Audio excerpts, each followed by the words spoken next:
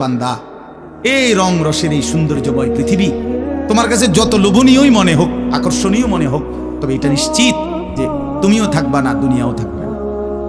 এই কথাটা মনে রাখো বান্দা। এটা যদি মনে রাখতে পারো তো জিন্দেগি সুন্দর হবে, জীবন সুন্দর হবে। এই জন্য কোরআনুল কারীমে আল্লাহ তাআলা খুব এই কথাটা বুঝাইতে চাইছে, বান্দা এই এত সুন্দর পৃথিবী দেখে তুমি যতই বিমোহিত হও, মুগ্ধ হও, তো মনে রাখো এটা থাকবে না, আমি একদিন ভেঙে ফেলব। ইদাস সামাউন ফাতারাত, আসমান ভেঙে চুরচুর হবে।